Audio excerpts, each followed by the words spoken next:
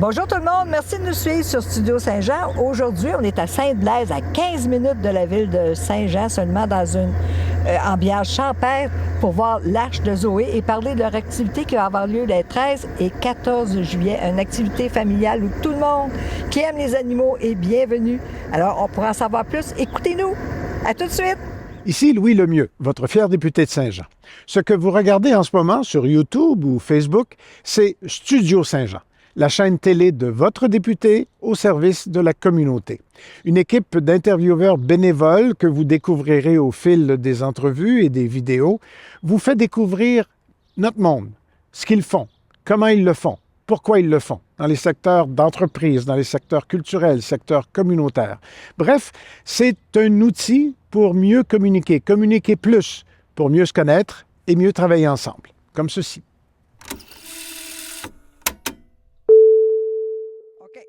Bonjour Marie-Claude Poirier, propriétaire de l'Arche de Zoé. Allô, Lucie? Accompagnée de Tulipe. Évidemment, la petite Tulipe. Petite moufette. De combien de semaines ou de jours? De quelques semaines. La petite Tulipe est arrivée ici parce que c'est un bébé orphelin de la faune. On reçoit des dizaines de bébés orphelins, surtout au printemps. Là, ça commence à diminuer. Les naissances commencent à être pas mal finies. Fait que nos petits bébés grandissent. Petite moufette comme ça, elle va pouvoir être libérée là, probablement fin juin, début août.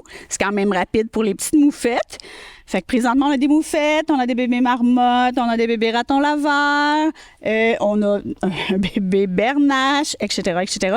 Fait que c'est vraiment présentement la saison, la grosse saison des bébés orphelins, malheureusement. Là, c'est les gens qui vont soit en trouver dans la toiture de leur cabanon, de la maison, etc. Et souvent, des fois, les exterminateurs vont aller capturer la maman, oublier les bébés dans les toitures. Fait que ça arrive souvent qu'on reçoit des petits bébés parce que la maman a été déplacée.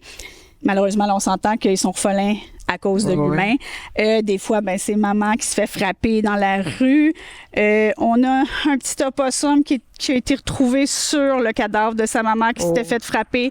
Fait que c'est toutes des choses comme ça qui font que ces petits orphelins-là, ont besoin de nous. Le but, c'est tout le temps de les réhabiliter, par contre. Il n'y a pas de petits bébés qu'on garde ici parce qu'ils sont trop cute ou trop fins. Le but, c'est toujours de les réhabiliter, à moins qu'il y aurait un handicap quelconque qui ferait qu'ils ne pourraient pas retourner en nature. Puis c'est ça, les réinsérer dans la nature. Exactement. Quels sont les autres buts de l'Arche de Zoé? C'est vraiment... OK, on fait de la réhabilitation, mais aussi on est un sanctuaire et d'animaux de ferme et d'animaux sauvages. Donc, les gens, quand ils ont des animaux de la ferme, que soit peuvent plus s'occuper parce qu'ils deviennent malades, trop vieux, etc., nous, on va prendre ces animaux-là et on va les garder ici pour le restant de leur jour. Ça va, ma belle Tulipe? Et on est aussi un sanctuaire pour animaux sauvages. Donc, quand justement que les animaux ne peuvent pas être réhabilités, nous, on va les garder ici aussi pour le restant de leur vie. Fait que c'est vraiment le but est de sauver des animaux, de les réhabiliter évidemment quand c'est possible, mais sinon, ils restent ici pour le restant de leur vie avec nous. Dis-moi donc, vous allez avoir une grosse activité le 13 juillet? Oui, très grosse fin de semaine, les 13 et 14 juillet. C'est une activité qu'on a appelée pique-nique familial parce que ça se veut vraiment... on invite les familles là, vraiment à venir.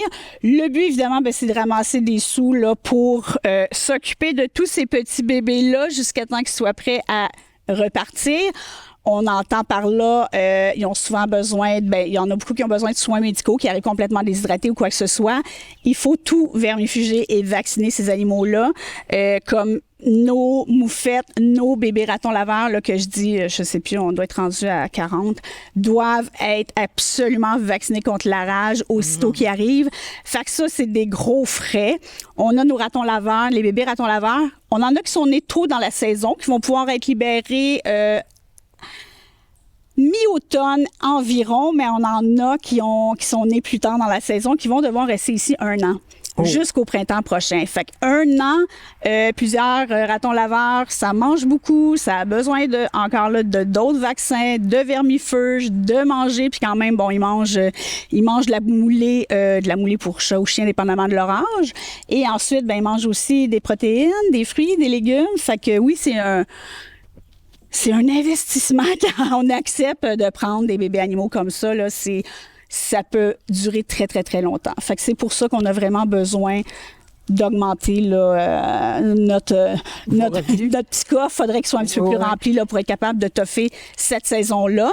Fait que cette fin de semaine-là, qui se veut familiale, bon, on va avoir des truck food sur place.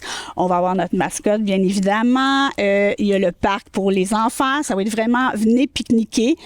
L'entrée aux animaux va être libre. Les gens vont pouvoir entrer, sortir, retourner aux animaux, ressortir, faire vraiment comme ils veulent.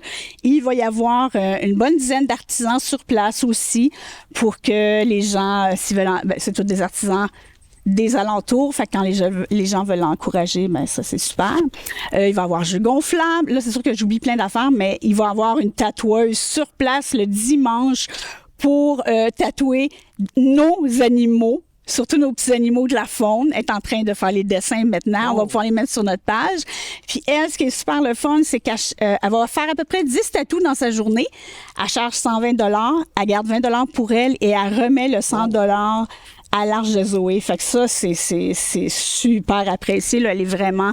Et ces tatous sont super beaux. Là, on va pouvoir les mettre... Où tu t'en vas, chérie? On va pouvoir les mettre bientôt sur notre page. Puis ça va être sur réservation pour pouvoir se faire tatouer. Hey, bébé. Ah, tu libre. Puis oui, il va y avoir un tatou de moufette parce que moi, je veux absolument avoir une moufette de tatouer. C'est quand... Les moufettes, là, c'est tellement adorable, là. Je saute du coq à l'âne, mais c'est parce que là, comme je la vois comme ça, là, petite moufette, là, tout ce que ça fait chez vous, c'est de manger plein d'insectes, plein de petits trucs qu'on ne veut pas avoir chez nous. Les petites souris, puis tout ça. Puis, une moufette, là, ça arrose juste quand ça a peur vraiment pour sa vie. Et c'est pour ça que, maintenant, ils vont arroser un chien qui va partir à courir après eux. Mais sinon, ça peut prendre jusqu'à plusieurs jours là, avant de pouvoir réarroser. Fait qu'ils n'arrosent pas pour rien. Fait que, mesdames, messieurs, là, qui prenez votre marche puis avez peur là, d'une moufette qui va passer proche de vous puis que vous vous retournez de bord parce qu'une moufette... N'ayez pas peur de ces merveilleuses petites choses. C'est tellement gentil. C'est gentil comme un chat, une moufette. Surtout, ils nous débarrassent des vers blancs. Exactement. Ils ont leur place. Il faut juste apprendre à cohabiter avec eux. Mais bon, pour revenir au 13 et 14 juillet, ces journées-là sont sans réservation. Fait que les gens peuvent venir, c'est de 10h à 16h, 4h. Les gens viennent au moment où ils veulent, peuvent passer la journée ou l'avant-midi, peu importe. C'est vraiment là ouvert à tous et ça dure toute la journée. Les 2 journées, le 13 et 14 juillet. Donc, tout ce qu'on... Il y a encore d'autres surprises qui s'en viennent parce qu'on est en train de régler ça. Donc, tout ça là, va être sur notre page Facebook d'ici peu là, pour vraiment expliquer aux gens tout ce qu'ils vont pouvoir faire le 13 et 14 juillet. Sinon, il faut réserver pour visiter l'Arche de Zoé? Oui, en tout temps, normalement, à part le 13 et 14 juillet. Mais sinon, oui, il faut réserver parce que c'est vraiment une visite guidée. Donc, il faut s'assurer d'avoir un guide. Fait que c'est sur réservation. Je dirais, la semaine, si les gens peuvent réserver 2 jours d'avance, merveilleux. Sinon, la veille, c'est possible aussi qu'on ait de la place. Et le week-end, la veille ou même le matin même, là, ça va, on est capable là, de gérer et de placer là, dans notre horaire là, les visiteurs.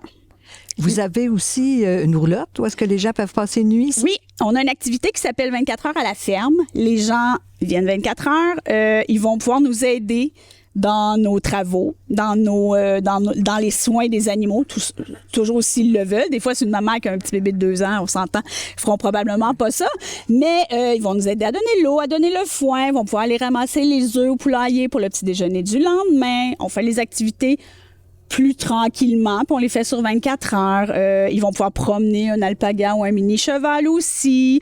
Ils vont faire un feu le soir, on leur fournit le bois. Fait que c'est vraiment un 24 heures où vraiment tu vois ce que c'est de vivre dans une ferme et d'avoir un refuge. Fait que les gens trouvent ça tout le temps très intéressant et très relaxant aussi parce qu'ici, c'est un endroit très calme et paisible.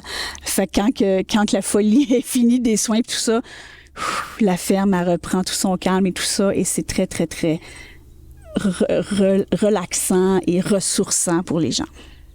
Oui, ça doit nous changer le rythme, ça c'est vrai. C'est clair. Oui, oui, oui. On prend le rythme des animaux un petit peu. Vous faites aussi affaire parfois avec ProAnima, je crois? Oui, ProAnima, même les SPCA dans le coin, c'est surtout ProAnima qui sont plus proches, mais ils sont des très bons partenaires, des très bons collaborateurs. Il faut se dire que ce n'est pas leur mandat à eux de prendre en charge des animaux de la faune, bien évidemment, mais quand ça arrive, qu'ils ont pas le choix parce que quelqu'un en a laissé en avant de la porte dans une boîte ou quelque chose comme ça. Il aime pas mal votre micro, Tulipe. Tulipe, attends, Tulipe, tu vas dire bye-bye, OK? Bye-bye, ma belle Tulipe, je vais te déposer avant que tu fasses des bêtises. Oui? Petit cocotte d'amour. Tiens, je te dépose. Donc, oui, ils sont vraiment très, très, très présents pour nous.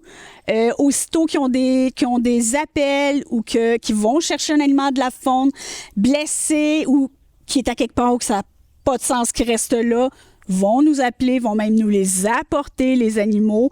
Et, fait que, faut pas penser là, que eux, aussitôt qu'ils ont des appels, puis ça, c'est l'euthanasie, puis tout ça, là, c'est loin d'être ça. C'est vraiment, eux, ils font tout ce qu'ils peuvent pour aider même les animaux de la faune, alors que c'est pas du tout leur mandat. Ils sont super gentils aussi avec nous, les refuges, qui acceptons de prendre ces animaux-là. Ils sont très généreux. Là, ils nous apportent tout le temps de la moulée, de la ribe, du foin, peu importe ce qu'ils ont en trop, puis tout ça, là, ben, ils vont nous l'amener.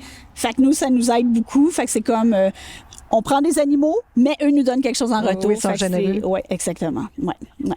Et en ce moment, avez-vous de la place pour accueillir d'autres animaux? Aïe, aïe, aïe, aïe, aïe. Ça, très franchement, par jour, présentement, c'est encore une bonne presque trentaine d'appels que je reçois pour prendre des animaux. Fait que bien évidemment, rendu à ce temps-ci, le refuge est malheureusement totalement complet.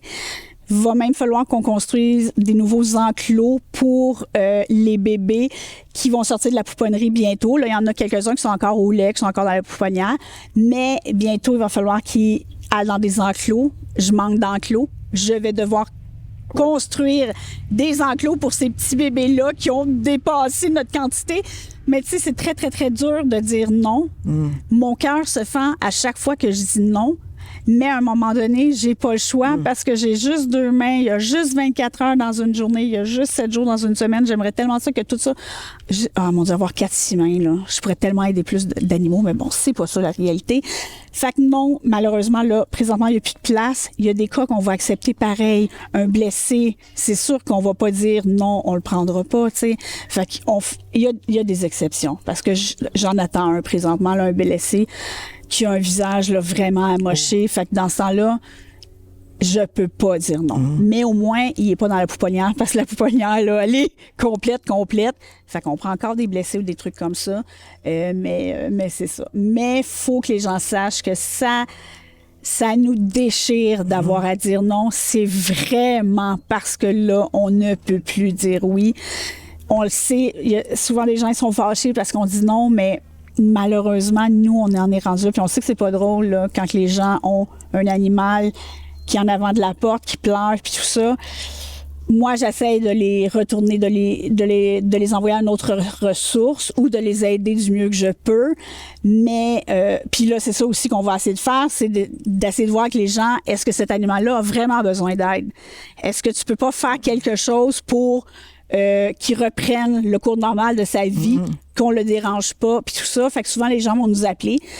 Puis là, en posant des questions, là, on peut dire, OK, regarde, cet animal-là, il n'a pas vraiment besoin d'aide. Je te dirais, fais juste, mettons, il donne un petit bol d'eau pour l'instant, le déplacer vers un endroit sûr, il va continuer sa petite vie, tout va bien. Fait que ça, par téléphone, on peut faire ça aussi. Mais le téléphone ne dérougit pas de la journée. Wow. Ouais. Marie-Claude, ici, vous fonctionnez avec des bénévoles, je crois. Oui, on a absolument besoin de bénévoles parce que ce serait impossible d'y arriver, juste moi et mon mari. Fait que les bénévoles, ben oui, quand on nous appelle, on nous offre de faire du bénévolat. Dépendamment des tâches que les gens sont capables de faire, bon, là, on leur montre. Ensuite de ça, les gens vont pouvoir nous dire, bon, ben moi, je serai disponible tel et tel jour. C'est sûr qu'on a surtout besoin le matin, l'avant-midi. Après souper, les tâches sont toutes finies, c'est sûr. Fait que c'est plus le matin. On a besoin de gens, des fois, qui peuvent juste venir une journée par semaine. Il n'y a aucun problème. Ils peuvent venir plus souvent, encore mieux. Mais vraiment, on prend ce que les gens peuvent nous donner. Fait que ça, c'est vraiment, ça fait très, très, très du bien. Oui. Parce que c'est pas juste de faire des tâches, c'est d'avoir une connexion avec nos animaux qui sont vraiment hyper sociables. Donc, fait qu'on prend des bénévoles pour ça. C'est sûr qu'on a aussi beaucoup de... Comment je dirais ça? Beaucoup de gens avec des besoins spéciaux, comme des autistes, des schizophrènes, des choses comme ça, qui viennent avec leur travailleuse sociale faire quelques heures, des fois ce qu'ils peuvent. Des fois, c'est juste pour pouvoir les faire sortir de leur petit quotidien, mais même ça fait juste du bien. Fait qu'on prend des bénévoles comme ça aussi. C'est sûr qu'on a nos guides aussi qui font les visites. Là, eux sont indispensables parce que c'est tout le temps des visites guidées qu'on fait ici. Fait que nos petites guides sont des bénévoles aussi. Et on a besoin de tout ce monde-là pour faire rouler l'Arche de Zoé. On a besoin, là, cette période-là achève, mais on a eu tellement besoin de gens pour faire du biberonnage parce que c'était à des moments donnés, une 50aine de bébés animaux à biberonner. Fait que donc, je commençais les biberons, puis quand je terminais, il fallait recommencer le prochain boire. Fait que ça, c'était une période assez difficile. On l'a passé, je suis bien contente. Ça dure combien de temps, cette période-là? Je dirais un bon 2 mois. Oh, wow! Ouais, qu'il y a beaucoup de nuits que je dors juste 3 heures par nuit, puis que là, on se relève pour recommencer l'autre boire. Fait que cette période-là, là, les bénévoles sont vraiment beaucoup appréciés. Bienvenue. Ils sont vraiment appréciés, oui. Faites-vous des journées de corvée aussi? Oui, ça aussi. Bien, souvent, si les gens suivent notre page Facebook, ça arrive souvent qu'on va, mettons, demander samedi et dimanche, on a beaucoup de travaux à faire, on a ci et ça à faire, on donne les exemples. S'il y a des gens qui veulent aider, vous êtes les bienvenus. Fait que si les gens suivent notre page Facebook puis veulent aider d'une autre façon que de venir... des fois, on est toujours en train de construire des nouveaux enclos. Ça, c'est toujours. Si on n'en construit pas, on en répare. Fait que si on a toujours besoin d'aide, là, des gars manuels, là, des hommes qui ont envie d'aider un petit peu, là, bienvenue aussi. Puis en suivant justement notre page, bien, ils pourraient voir quand est-ce qu'on met l'annonce de « OK, nos prochains travaux seront tel et tel jour. Pouvez-vous nous aider? » J'en profite. On aurait tellement besoin d'un plombier pour venir nous installer un lavabo qu'on n'a pas le temps d'installer, mais qu'on aurait tellement besoin dans le refuge. Le message est lancé à l'hiver. Si un plombier nous entend et veut venir nous aider, ça serait vraiment très apprécié aussi. Mais c'est ça, on a besoin de tellement toutes sortes de choses qu'il y a beaucoup de gens qui vont nous écrire et nous proposer. Avez-vous besoin de ça? J'ai des restes de grillage. Avez-vous besoin? Puis là, ben ça aussi, ça nous aide beaucoup. Fait que là, on peut répondre oui ou non. Et les gens vont nous les apporter. Et ça aussi, c'est tout le temps apprécié, ouais. Comment vous vous financez? Je m'allais dire que par les visites. Par les visites et par les événements. Donc, les visites sont payantes. Fait que ça, c'est un de nos revenus. Évidemment, les journées qui pleut, les journées qui fait trop froid, il y a plein de journées qu'on n'est pas capable d'ouvrir à cause de la météo. Mettons, comme l'été passé. L'été passé, c'était infernal, la pluie. Fait qu'on espère tout le temps avoir une belle été. Fait que ça, c'est un de nos moyens. On a aussi nos événements. On en fait quand même 5-6 par année. Le prochain... à part le 13 et 14 juillet, que là, on a super hâte qui arrive. Le prochain, je crois que ça va être l'Halloween. On a un parcours illuminé à l'Halloween. Ça aussi, c'est tout le temps vraiment super le fun. Faites-vous du parrainage? Oui, on parraine nos animaux qui sont non réhabilitables, nos animaux de ferme aussi. Fait que les gens qui veulent devenir parrains ou marraines, c'est 25 $ par mois, ce qui aide beaucoup aux soins de l'animal choisi. Les gens reçoivent un cadeau de parrainage, peuvent venir voir leur animal 3 fois par année, plus 3 fois, ça peut être plus, là, ça, c'est pas un problème. Et, ben c'est ça, ils ont des nouvelles de cet animal-là et ils sont vraiment parrain, marraine de cet animal-là. Fait que c'est un beau lien et c'est un 25 $ par mois, surtout qui nous est sûr de rentrer. Oh, oui. Fait que ça, c'est vraiment précieux, là. Fait que ça peut être et les animaux de ferme et les animaux sauvages. On a... qui sont plus rendus sauvages, on s'entend, nos animaux sauvages non réhabilitables. On a une liste d'animaux qu'on peut parrainer. Fait que les gens peuvent nous écrire et puis selon ce qu'ils préfèrent comme animal ou leur désir, on leur proposerait des animaux qui ne sont pas encore parrainés puis qui pourraient le faire. Wow, c'est super, ça. Ouais. Vous avez une boutique aussi, une belle boutique? On a une boutique avec beaucoup de produits à l'effigie de nos animaux, évidemment. On a nos beaux chandails, coton ouaté, etc. Fait que ça aussi, c'est une belle source de revenus. Quand les clients viennent, les clients peuvent venir même sans visiter, ils peuvent venir toujours à la boutique. Et quand les clients vont acheter des petits souvenirs à leurs enfants ou à eux-mêmes, c'est sûr que les profits de la boutique, c'est 100% qui retournent aux animaux. On a aussi des produits de certains artisans du coin. Fait que c'est quand même... on a vraiment une belle boutique, on en est fiers, ouais. Oui, puis vous acceptez les dons aussi, je suppose. Effectivement, les dons, quand les gens m'écrivent, ils peuvent toujours me l'envoyer par courriel. Je pense que le courriel va apparaître de toute façon en dessous ou par téléphone, en virement bancaire, c'est super facile. Ou ils peuvent passer aussi s'ils préfèrent donner des sous. On a toujours de besoin parce que on ne sait jamais, demain, un animal pourrait rentrer et il y aurait besoin d'une chirurgie à 1 000, 2 000 $. Fait qu'on a toujours besoin d'avoir une petite caisse là, de secours avec des sous. C'est super important. Pour un refuge, c'est super important de tout le temps avoir un backup. T'sais. Là, je te dirais que nos coffres sont pas mal à zéro, d'où l'importance de notre événement, puis qu'on est super content que ça arrive bientôt. Donc, oui, fait que les dons, ça peut être par virement, quelque chose comme ça. Et ça peut être d'une autre façon aussi que par argent. Comme je disais, ça peut être des matériaux, il y a tellement de besoins, il y a tellement de choses qu'on a besoin que les dons, c'est soit par argent ou autre. Mais les gens peuvent toujours nous écrire, comme je disais, poser la question, nous dire qu'est-ce qu'ils peuvent nous offrir. Puis nous, on va pouvoir profiter de ces dons-là, c'est certain. Là. Il y a des fois aussi que, justement, quand on a des animaux qui ont vraiment une grosse opération à faire, puis tout ça, on va l'afficher sur notre page et on va dire, là, nous, malheureusement, on n'a pas les moyens de payer cette chirurgie-là maintenant. Pouvez-vous nous aider? Et je te dirais que les gens sont très généreux. Les réponses sont tout le temps positives et la plupart du temps, on arrive à amasser l'argent au complet qu'on a besoin pour cet animal-là. Quand c'est une chirurgie de 1 000 $, on arrive tout le temps à aller le chercher. Fait que ça, c'est super précieux. Les gens sont super généreux envers les animaux. C'est super apprécié, là. Ouais. Merci, Marie-Claude. As-tu d'autres choses à ajouter? Non, à part... Venez le 13-14 juillet nous voir. Vous allez vous amuser, vous allez voir plein d'animaux. Et j'avais oublié de dire, on a des nouveaux animaux qu'on va justement présenter à cet événement-là. 3 nouveaux enclos. Je vous dis pas, je garde la surprise pour dire quels seront ces animaux-là. Mais oui, il va y avoir de la nouveauté exprès pour cet événement-là. Wow! Merci. Merci vraiment d'être venu aujourd'hui. Quel bel endroit. Surtout, venez les 13 et 14 juillet, vous amuser ici, découvrir, devenir généreux aussi, adopter un animal. Merci. À la prochaine.